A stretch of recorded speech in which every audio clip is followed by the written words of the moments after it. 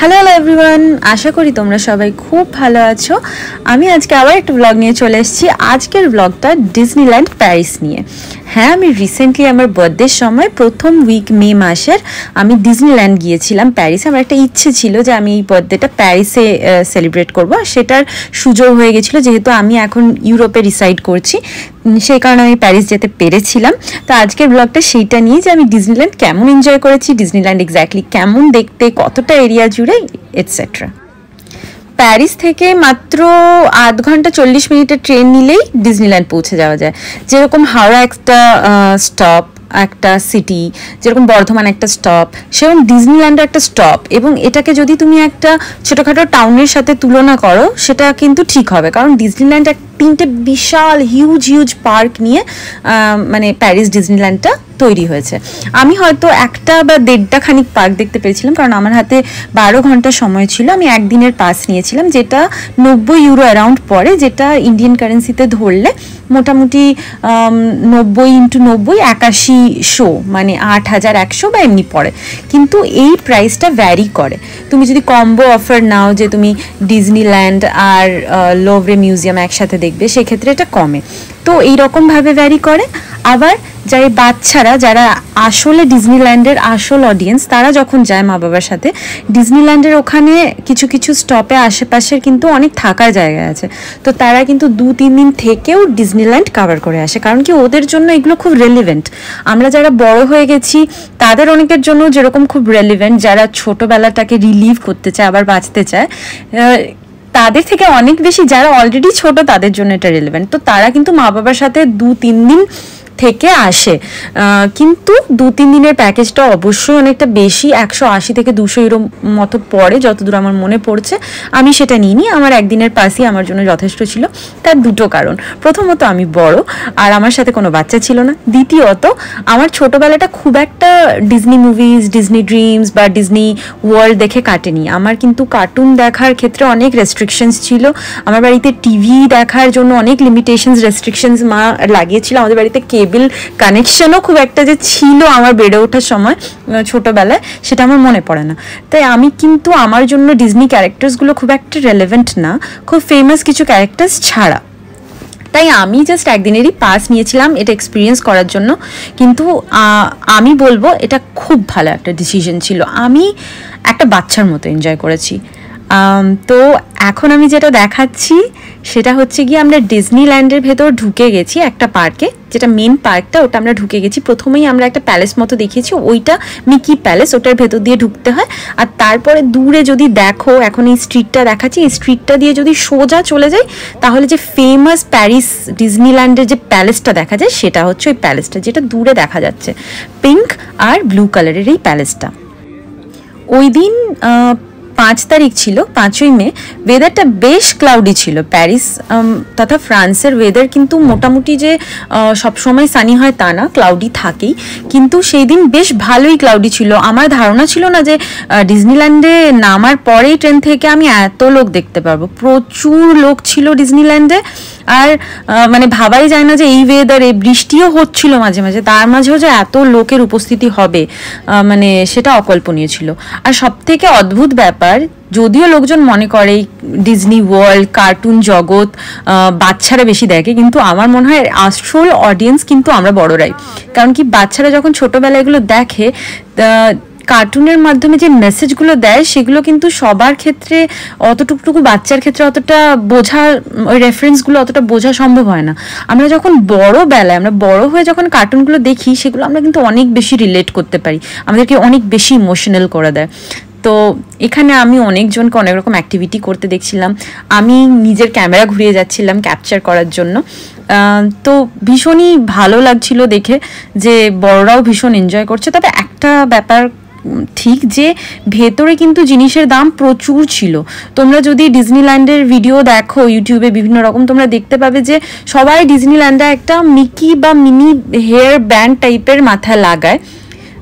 এই ব্যান্ডগুলোর দাম 20 ইউরো করে ভেতরে, মানে প্রায় 2000 টাকার কাছাকাছি, টু বি প্রিসাইজ 1800 টাকা ইন্ডিয়ান কারেন্সিতে। তো বুঝতেই পারছো যে ভেতরে সব কিছুর কিন্তু প্রচুর দাম। কিন্তু একটা ভালো জিনিস ডিজনিল্যান্ডের, যে তুমি যদি 90-80 ইউরো দিয়ে একদিনের পাস নিয়ে ঢুকে যাও একবার, তাহলে এখানে যে অজস্র প্রায় মানে শখানেকের বেশি রাইডস আছে, সেই সমস্ত রাইড কিন্তু ফ্রি, কিন্তু লাইন প্রচুর। এবারে যদি তুমি স্পেশাল পাস নিয়ে আগে যেতে চাও, মানে যাতে তোমাকে মানে লাইন ঠেঙে ঠেঙে না যেতে হয় 1 ঘন্টা ওয়েট করে করে, সেটার জন্য আবার আলাদা চার্জেস। যাই হোক, ডিজনিল্যান্ডে ঢুকে এদিক ওদিক ঘোরার পরই আমি একটা ডিজনি অ্যাপ ডাউনলোড করেছিলাম, সেটা থেকে দেখতে পেলাম যে এখানে লায়ন কিং পারফর্ম করবে, মানে লায়ন কিংয়ের যে পুরো স্টোরিটা ওটা ওরা নাটকের মাধ্যমে নাকি পারফর্ম করবে। আর সেটা কিন্তু খুব সামান্য জিনিস, মানে এটা একটা অভূতপূর্ব এক্সপিরিয়েন্স ছিল। নাটকটা খুব সাধারণ নাটক বা সাধারণ ড্রামা ছিল না, যারা এখানে পুরো লায়ন কিংটা দেখাচ্ছিল পারফর্ম করে, তারা নিজেরাই গানটা গাইছিল, নিজেরাই ডান্স করছিল, নিজেরাই সব কিছু একদম মুখেই করছিল। আর যে ইকুইপমেন্টগুলো, যে মিউজিক্যাল বাদ্যযন্ত্রগুলো বাজানো হচ্ছিল, সেগুলো কিন্তু সব তারা নিজেরা তখনই বাজাচ্ছিল, কোনোটাই রেকর্ডেড না। তো এই এক্সপিরিয়েন্সটা আমার জন্য একটা বিশাল এক্সপিরিয়েন্স ছিল। আমি বড় হয়ে লায়ন কিং দেখেছি, তাই এইটার সাথে আমি মানে এইটাকে আমি বুঝতে পারছিলাম।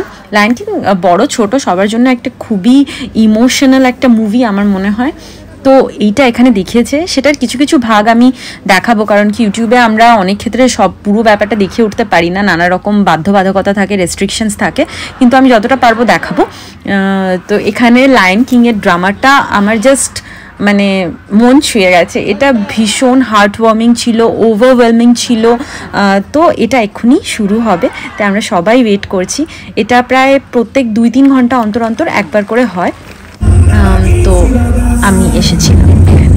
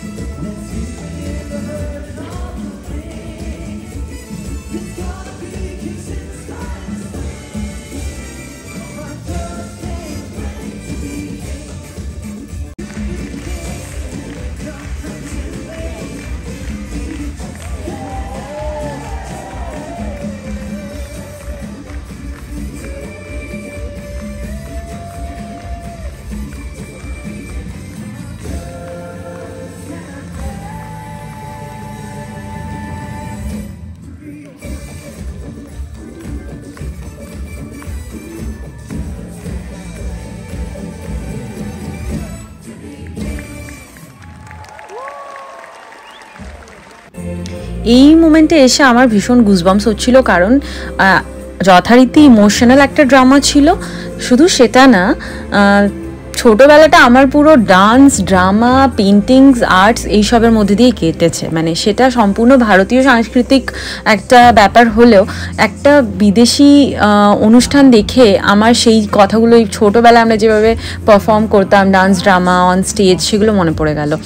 এখানে পার্থক্যটা এটাই যে এই পারফরমেন্সটা অনেক বেশি পারফেক্ট, কারণ এরা অন স্টেজ লাইভ নিজেরাই গেয়ে নিজেরাই ডায়লগ বলে পুরো ব্যাপারটাকে নিখুঁতভাবে পারফর্ম করছে।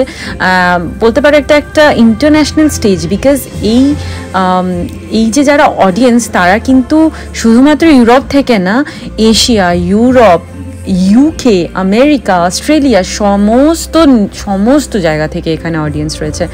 তো এটা একটা বিশাল বড় পারফর্ম করার একটা স্টেজ, একটা প্ল্যাটফর্ম। তো আমার তো ভীষণ ভালো লেগেছে, অ্যান্ড ইটস ভেরি অ্যাপ্রিসিয়েটেবল। আমার এত ভালো লেগেছে এই পারফরমেন্সটা এতদিন পর। আর বলতেই হবে যে এটা আমার অপেরা, বিদেশি অপেরা ইত্যাদি দেখার পর প্রথম আরেকটা বিদেশি সাংস্কৃতিক অনুষ্ঠান আমার লাইভ দেখা। তো আমার তো ভীষণ ভালো লাগছিল। তোমরা কিন্তু কমেন্ট বক্সে জানিও যে তোমাদের কেমন লাগছে। আমি চেষ্টা করছি যতটা সম্ভব দেখানো, যদিও পুরোটা যদি আমি এক নাগাড়ে দেখাই সেখানে অনেক রকম রেস্ট্রিকশন লাগিয়ে দেবে ইউটিউব, তাই দেখাতে পারছি না, কিন্তু আমি যতটা সম্ভব চেষ্টা করছি। তো আমার এক্সপিরিয়েন্স এটার ভীষণ সুন্দর ছিল। ওখানে মোটামুটি আধ ঘন্টার ওপরে এই ড্রামাটা চলেছিল, আর পুরো আধ ঘন্টায় মানে চোখ এদিক ওদিক করা যায়নি, এতটা সুন্দর ছিল। এইটা অলমোস্ট শেষের দিকে চলে এসছে ড্রামাটা। এখানে একটা হিরো আর ভিলেনের মধ্যে একটা ফাইট সিকোয়েন্স ছিল, যেখানে সিম্বা ভিলেনকে হারিয়ে দেবে, স্কাকে হারিয়ে দেবে এবং নিজের রাজ্যটা পুনরায় নিজের করায়ত্ত করবে। তো এই পার্টটা ছিল, দেখে নিশ্চয়ই বোঝা যাচ্ছে যে কতটা অ্যামেজিং ছিল এই পারফরমেন্সটা। যথারীতি ভীষণ খিদে পেয়ে গেছিলো। তো ওখানে না পাইরেটস অফ ক্যারিবিয়ান থিমে একটা রেস্টুরেন্ট আছে, ক্যাপ্টেন জ্যাকস রেস্টুরেন্ট বলে। তো ওইখানের ভেতরে ঢুকে আমি খাওয়ার অর্ডার করেছিলাম। একটা প্ল্যাটার মতো ছিল, যেখানে চিকেন, ফ্রাইজ এটসেট্রা ছিল। এখানে খুব বেশি অপশন ছিল না, তো সেটাই অর্ডার করেছিলাম। একটা লম্বা কিউ ছিল, যেহেতু ড্রামাটা জাস্ট শেষ হয়েছিল সেহেতু ওই কিউটা ভেঙে, মানে ওই ড্রামার কিউটা ভেঙে সব রেস্টুরেন্টে ঢুকে গেছিলো। খাবারটা ভালোই ছিল। তারপর জাস্ট এদিক ওইদিক রোম করার পর ডিসাইড করলাম, ওখানে একটা অ্যারিজোনা মাউন্টেন ছিল, যেটার মধ্যে দিয়ে ভীষণ সুন্দর একটা রাইড যাচ্ছিল, যেটা বাইরে থেকে ভিজিবল ছিল। Most of the rides were not visible, বাইরে থেকে ভিজিবল ছিল না। যেগুলো ভয়ঙ্কর ভয়ঙ্কর কিছু রাইডস চেপেছি আমি, যেখানে 360 লুপ ছিল। কিন্তু অ্যারিজোনা মাউন্টেনের এই যে রাইডটা আমি এখন দেখাচ্ছি স্ক্রিনে, সেটাতে কিন্তু 360 লুপ ছিল না। কিন্তু তা সত্ত্বেও বেশ মানে ভয়ানক ছিল, আর প্রচুর বেশি ফান ছিল। কিন্তু তার আগে একটা ছোট্ট জাহাজের রাইডও ছিল, সেটাও আমি করেছিলাম। ওটা মোটামুটি একটা ওয়াটার বডির ওপরে নিয়ে যাবে, আর মনে হবে যেন তুমি সত্যিই কোনো একটা জঙ্গলের ভেতর দিয়ে যাচ্ছ জাহাজে চেপে। খুবই ভালো ছিল। এখানে অনেক কিছু করার আছে অ্যাকচুয়ালি। মানে তুমি মিকিকে মিট করতে পারো, বিভিন্ন ক্যারেক্টারগুলোকে মিট করার জন্য বিভিন্ন জায়গা রয়েছে, কিন্তু সেগুলো সবই তো করে ওঠা একই সাথে সম্ভব না, কারণ কি আমার একদিনের পাস ছিল। তো আমি এই মুহূর্তটায় ঘুরে ঘুরে দেখছিলাম একটু আর কি, যে কোনগুলো একদিনে করে নেওয়া সম্ভব, একদিন এক্সপিরিয়েন্স করা সম্ভব, ওয়ার্থ ইট হবে। যে এতটা লম্বা লাইন, কোনো জায়গায় যেতে গেলে 1 ঘন্টার লম্বা লাইন, কোনটা করলে ঠিক it will be worth it. এখন আমি যাচ্ছি একটা পার্টিকুলার রাস্তার দিকে ডিজনির ভেতরে, যেখানে কিনা ডিজনির প্যারেড হবে। মানে প্যারেডটা প্রত্যেক দিন একবার করে হয়, আর এটা একবারই হয় দিনে, তাই ওই সময়টা সবাই একত্রিত হয় ওই পার্টিকুলার জায়গাটাতে, যেই ম্যাপটা দিয়ে ওই প্যারেডটা যাবে। ওই প্যারেডে যত ডিজনির পার্টিকুলারলি সব ফেমাস ক্যারেক্টার্সগুলো আছে, যেগুলো সব থেকে বেশি পপুলার, তারা তো থাকেই, তা বাদেও অনেক ক্যারেক্টার্স থাকে, এবং তারা এইভাবে পারফর্ম করে পুরো রাস্তাটার ওপরে প্যারেডে পারফর্ম করে। আর খুব দারুণ যানবাহন আছে এই প্যারেডটার জন্য, খুব সুসজ্জিত যানবাহন রয়েছে, সেগুলো যেতে থাকে প্যারেডে। আর এটা বাচ্চারা যে কি ভীষণভাবে এনজয় করে সেটা তো বলাই বাহুল্য। আমি এত বড় একটা মানুষ, এত বুড়ো একটা মানুষ, সেও ভীষণভাবে আই এনজয়েড দিস পার্ট। মানে এই প্যারেডটা খুবই ফান ছিল আমার জন্য।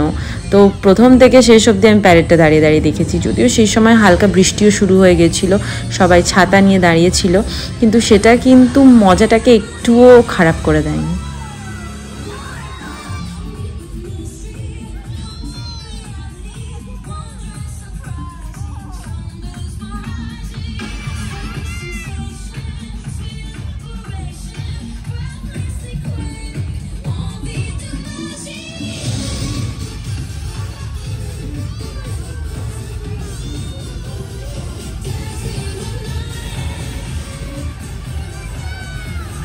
অনেকের মনেই প্রশ্ন থাকতে পারে যে কখন কোথায়, ডিজনিল্যান্ডটা এতটা বড় এরিয়া জুড়ে কখন কোথায় এক্স্যাক্টলি কি হচ্ছে তুমি জানতে পারলে কি করে? ডিজনিল্যান্ড প্যারিসের একটা ডিজনি অ্যাপ আছে, সেটা তোমরা যাওয়ার আগে ডাউনলোড করে নেবে। সেটা যে কোনো অ্যান্ড্রয়েড, আইফোন যে কোনো ফোনের জন্যই রয়েছে। সেই অ্যাপটাতে কিন্তু টাইম টু টাইম এক্সাইটিং কী কোথায় হচ্ছে ইভেন্ট দেখাতে থাকবে। তো সেই সময়ের আগে সেখানে পৌঁছে গেলেই হলো। তো ওই অ্যাপটা কিন্তু ভীষণভাবে আমার মনে হয় ম্যান্ডেটরি, কারণ কি এত বড় জায়গা, তোমাকে সময় নিয়ে একটা জায়গা থেকে অন্য জায়গায় হেঁটে যেতে হবে, তাই ওই অ্যাপটা কিন্তু ফলো করা ভীষণ জরুরি to cover up everything that are very beautiful and important. যদি স্পেশালি তোমার কাছে বাচ্চা থাকে তাহলে তো ওই অ্যাপটা একদমই নিয়ে যেও, কারণ কি সময় ম্যানেজ করতে হবে ছোট বাচ্চাকে নিয়ে, সেই ক্ষেত্রে ওই অ্যাপটা ফলো করলেই তুমি কিন্তু সময়ে সময়ে নিজস্ব জায়গায় পৌঁছে যাবে।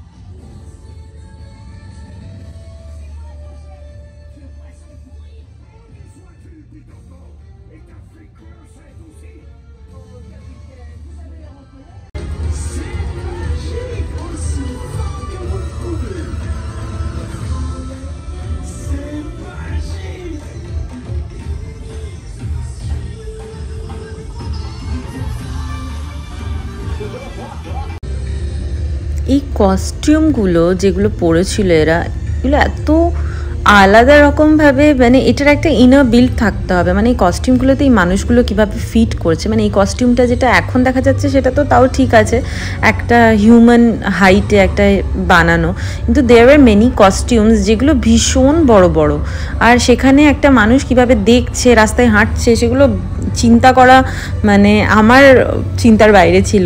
তো এগুলো খুব অসাধারণ টেকনোলজি দিয়ে বানানো। হ্যাঁ, এগুলো কিন্তু সাধারণ কস্টিউম না, এই কস্টিউমগুলোকে ওইভাবে বানানো হয়েছে যাতে ভেতরে একটা মানুষ ফিট হয়ে সম্পূর্ণভাবে কমফোর্টেবল থাকে এরকম নাচ করার জন্য, হ্যাঁ, কস্টিউমগুলো পরে। আর এই যে ভেহিকেলগুলো দেখো তুমি, মানে এত সুন্দরভাবে এত বড় বড় ভেহিকেলকে অপারেট করছে, আর এগুলোর কলকবজাও তুমি বাইরে থেকে দেখতে পাবে কিছু কিছু, যেমন এই ড্র্যাগন স্টাইলে যা বা ডাইনোসর টাইপের এই যে ভেহিকেলটা রয়েছে, এটা আমার পুরো শোতে সব থেকে বেস্ট ভেহিকেল লেগেছে। মানে অ্যামেজিং, মানে কিভাবে যে এগুলোকে এরা মেনটেন করে, আর কিভাবে যে এগুলোকে এরা বের করে আবার প্রত্যেক দিন পার্ক করে, এটা মানে বিশাল বড় একটা কাজ। এখানে প্রত্যেক দিন কিন্তু একটা বড় যজ্ঞ চলছে, কত হাজার হাজার যে এদের এমপ্লয়িজ রয়েছে, আর মানে সেটা বলাই বাহুল্য। তো যাই হোক, এটা একটা বিশাল বড় আমার মনে হয় part of economy of France, আমার যেটা মনে হয়। তো কারণ কি প্রত্যেকটা মাথা পিছু যদি তুমি গড়ে 100 ইউরো প্রত্যেক দিন একজন মানুষের থেকে এরা পায়, মানে 100 ইউরো একটা মানুষকে দিতে হয়। এখানে মোটামুটি টিকিট, তারপরে ভেতরে খাওয়া দাওয়া, খুব কম করে খরচা করলেও টিকিট যদি 80 ইউরোতেও তুমি পেয়ে যাও, তো 20 ইউরো তো তোমার ভেতরে খরচা হবেই হবে মিনিমাম। আমারই 90 ইউরোতে টিকিটের পরে আমার মিনিমাম আরও 100 ইউরো ভেতরে খরচা হয়েছে খাওয়া দাওয়াতে। তো বুঝতেই পারছো যে মাথা পিছু যদি 100-150 করে ইউরো খরচা হয়, তাহলে এখানে আর্নিংটা কী লেভেলের, তাই না? এখানে সবকটা রাইডই কিন্তু একটা বক্স মানে একটা চেন ট্রেনের মতো থাকে, সেটাতে করে রাইডগুলো করায়। কিন্তু পাইরেটস অফ ক্যারিবিয়ানের রাইডটা যেটা আমি এখন স্ক্রিনে দেখাচ্ছি, সেখানে একটা বোটের মতো জিনিসে করে জলের ওপর দিয়ে মনে হবে যেন তোমাকে রাইড করাচ্ছে, মনে হবে না অ্যাকচুয়ালি এটা বোটের মতো, বোটগুলো লাইনে দিয়ে তোমাকে জলের ওপর দিয়ে রাইড করাবে। আর অসাধারণ ভেতরের অ্যাম্বিয়েন্সটা, মানে এর ভেতরে একটা আবার রেস্ট্রোও আছে পাইরেটস অফ এইটার ভেতরেও একটা আলাদা রেস্ট্রো আছে যেখানে বসে তুমি খেতে পারো। কিন্তু ওটা যদি বাদও দাও, তুমি যদি এখানে এই রাইডটা নাও, এই রাইডগুলো কিন্তু সব ফ্রি, প্রথমেই বলছি। তো এই রাইডগুলো যদি নাও, তোমার মনে হবে যেন তুমি ওই সময়টায় ওই রাজ্যেই আছো, মানে পাইরেটস অফ ক্যারিবিয়ানের পুরো অ্যাম্বিয়েন্সেই তুমি আছো। তো খুবই আলাদা রকম একটা এক্সপিরিয়েন্স ছিল। পুরো স্টোরিটা ওই রাইডের মধ্যে দিয়ে তুমি দেখতে পাবে মোরারলেস। তো যারা স্টোরি জানো, যারা স্টোরিটা দেখেছো, যারা মুভিসগুলো দেখেছো, তারা তো একেবারেই তুমি রিলেট করতে পারবে। আর যারা দেখোনি তাদেরও মনে হবে হঠাৎ করে আমি একটা অন্য রাজ্যে চলে এলাম, অন্য দেশে চলে এলাম। মানে এই পুরো জায়গাটা ওইভাবেই বানানো। তো আমার তো ভীষণ ভীষণ ভালো লেগেছে। ফাইনালি ক্যাপ্টেনকে দেখাবে যখন তুমি রাইডটা থেকে বেরোবে, ক্যাপ্টেনকে আরও তোতাকে দেখাবে ফাইনালি। আমার জন্য ইট ওয়াজ অ্যান অ্যামেজিং এক্সপিরিয়েন্স। তো তোমাদেরও দেখিয়ে দিলাম। আমি জানি না যে কেমন লাগছে তোমাদের, আমার তো ভীষণ ভালো লেগেছিলো।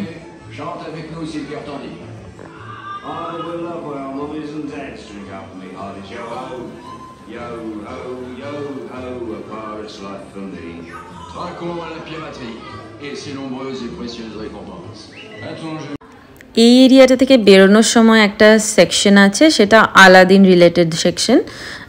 এইখানে একটা খুব সুন্দর ঝুমার, মানে একটা স্যান্ডেলির লাগানো ছিল, দাঁড়াও দেখাচ্ছি স্যান্ডেলিরটা। এত সুন্দর একটা ঝাড়বাতি, কি বলবো, অনেকটা এরিয়া জুড়ে ছিল, খুব সুন্দর ছিল এই ঝাড়বাতিটা, দেখার মতো ছিল। আর এই পুরো এলাকাটা একটা আরবিয়ান ভাইব দিচ্ছিল, মানে ওটা ওভাবেই বানানো হয়েছিল, ডেজার্ট, হ্যাঁ, আর লাল মাটি এইসব দিয়ে। আমার তো খুব ভালো লেগেছিলো এই জায়গাটাও। তারপরে ওইখান থেকে বেরিয়ে আমরা আরেকটা রাইডে চেপেছিলাম, যেখানে এলিয়েন ভার্সেস ম্যান ফাইট করতে হবে তোমাদের। মানে এখানে অনেকগুলো মুভেবল বক্স আছে জয়েন করা, ট্রেনের মতো।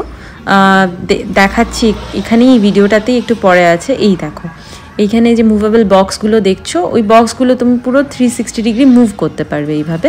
আর তোমার চারিদিকে অনেকগুলো এলিয়েন স্ট্রাকচার বানানো আছে, টয় স্টোরির এলিয়েনগুলো। আর সেই এলিয়েনগুলোকে তোমার কাছে একটা বন্দুকও দিয়ে দেবে, বন্দুকের মতো দেখতে একটা জিনিস, সেটা দিয়ে টার্গেট করে করে হিট করতে হবে। টার্গেটগুলো হিট করলে একটা টিউ টিউ করে আওয়াজ হবে, আর তোমার কাছে তোমার বোর্ডে একটু একটু করে পয়েন্ট অ্যাড হবে। সেই বোর্ডটা তোমার সিটের সামনে লাগানো আছে। তো সেটা থেকে কিছু এমন গিফট টিফট পাবে না, কিন্তু একটা ফান গেম ছিল। এরপরে আমরা চলে গিয়েছিলাম ওই যে দূরে দেখা যাচ্ছে ওই জায়গাটাতে। এইটা হচ্ছে গিয়ে হাইপোস্পেস মাউন্টেন।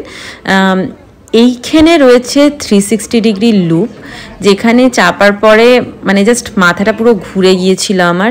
মানে তোমার পুরো বডিটাকে আপসাইড ডাউন করে যে কতগুলো 360 ডিগ্রি লুপ আছে এই রাইডটার ভেতরে, মানে একটা সময় মনে হয়েছিল আমার শরীর থেকে আমার প্রাণটা বেরিয়ে গেছে, আমি খালি ওই রাইডে বসে আছি। আর সেই চিৎকার, এই সব রাইডগুলো মানে অবভিয়াসলি একেবারেই রেকর্ড করা সম্ভব না, কারণ কি ফোন তো দূরে থাকুক, হাত পা নিজের বসে থাকে না, মাথা ঘুরে যায়। সেই জন্য বলা হয় এইসব রাইডগুলোতে চাপার আগে নিজের ব্লাড প্রেশার আর নিজের ঘাড়, কোমর, মাথা ইত্যাদি ইত্যাদি সমস্ত নিজের বুঝে তবেই এগুলোতে চাপো। আমার তো মনে হয় টু সার্টেন লেভেল যে প্রচুর মানুষ এগুলোতে চাপে ঠিকই, কিন্তু আমার মনে হয় এর আগে একটা স্লাইট এক্সামিনেশনও করিয়ে নেওয়া দরকার, যে আর if you are fit for this rides. কারণ এই রাইডগুলোতে পুরো রাইডটা ঘুরে যায়, আপসাইড ডাউন হয়ে যায়, ওপর থেকে যখন নিচে পড়ে, মানে ওগুলো অস্বাভাবিক রকম ভয়ানক হয়। যদি তোমার হৃদয় দুর্বল হয় তাহলে যে কোনো সময় যে কোনো দুর্ঘটনা ঘটে যেতে পারে আর কি। তাও হাইপোস্পেস মাউন্টেনটা কি বলতো, একটা ইনসাইড রাইড, মানে এখানে বাইরেটা দেখা যায় না, তো ওপর থেকে যখন ফলো করে তুমি বুঝতে পারবে না, ভেতরটা এত অন্ধকার থাকে। কিন্তু আমি ইন্ডিয়ানা জোনসের রাইডটাতে চেপেছিলাম, সেখানে রীতিমতো হার্টটা মুখে চলে আসার জোগাড় হয়েছিল আমার। তো এইখানে রাত্রি 10টা সাড়ে 10টার পর টাইমটা কিন্তু ভ্যারি করে। রাত্রি মানে অন্ধকার যেভাবে যেভাবে হয়, শীতকালে তাড়াতাড়ি অন্ধকার হয়, তো এই শোটাও তাড়াতাড়ি হয়, গরমকালে অন্ধকার দেরিতে হয় ইউরোপের অলমোস্ট সব জায়গাতেই। তো শোটাও দেরি করে হয়, সেই মতো টাইমটা একটু ভ্যারি করে, তবে 10টা থেকে 11টার মধ্যে রাত্রেবেলা এই শোটা হয়। শোটা কিন্তু হয় ডিজনিল্যান্ডের যে মেইন প্যালেসটা আছে, যেটা ডিজনি প্যালেস বলে, যেটার আদলে অনেক জায়গায় ওয়েস্ট বেঙ্গলে পুজোর প্যান্ডেল হয়েছিল এবং লাস্ট ইয়ার ওই প্যান্ডেলটা ভীষণ চর্চায় ছিল। কিন্তু বলতেই হচ্ছে এই প্রসঙ্গে একটা কথা, যে খড়গপুরে মানে আমার হোম টাউনে একটা ডিজনি প্যালেসের আদলে দুর্গাপুজোর প্যান্ডেল হয়েছিল, সেটা কিন্তু মানে কয়েকশো গুণ বেশি ভালো ছিল, মানে কলকাতার ডিজনিল্যান্ডের আদলে বানানো প্যান্ডেলের থেকে। আমি জানি না, আমার মনে হয় কলকাতা একটু ওভার হাইপড। এনিওয়ে, তো এখানে যে সেই ডিজনিল্যান্ড, সেই ডিজনি প্যালেসে একটা ফায়ার ওয়ার্ক, একটা লাইট মিউজিক শো হয়, প্রত্যেক দিনই হয়, 10টা সাড়ে 10টার দিকে হয়, সেই টাইমটা ভ্যারি করে যেটা বললাম, নাইট ফলের পর হয়। আর সেটা দেখতে সবাই মোটামুটি দাঁড়িয়ে যায়, মানে যারা দূর থেকেও আসে, যারা আশেপাশে স্টে করে না, তারা প্রত্যেকেই দাঁড়িয়ে যায়।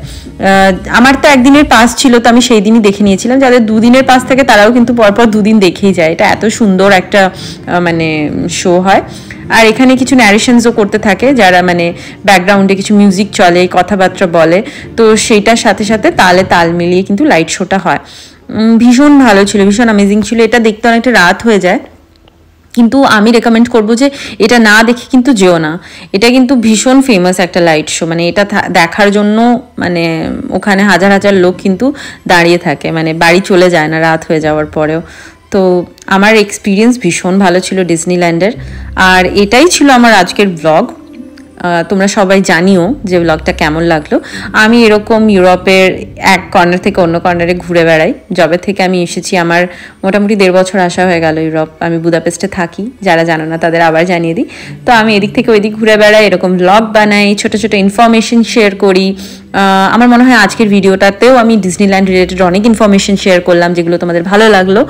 আর যদি আরও কিছু জানার থাকে, যেটা আনসার যদি আমার কাছে থাকে আমি দিয়ে দেবো, তোমরা কমেন্টে লিখে জানাতে পারো। আর আমাকে যারা এখনো ফলো করো না তারা ফলো করে নিতে পারো। আমি এই ধরনের ব্লগ আবার আনবো খুব শিগগিরই, আরেকটা ব্লগ আনবো ইতালি নিয়ে। তো আশা করি তোমরা আমি ফলো করবে। তো আজকের ব্লগ এটুকুই, খুব শিগগির আবার দেখা হচ্ছে আমার সাথে, তোমাদের সাথে আমার তো ভালো থেকো, সুস্থ থেকো, আর দেখতে থাকো আমায়। টাটা।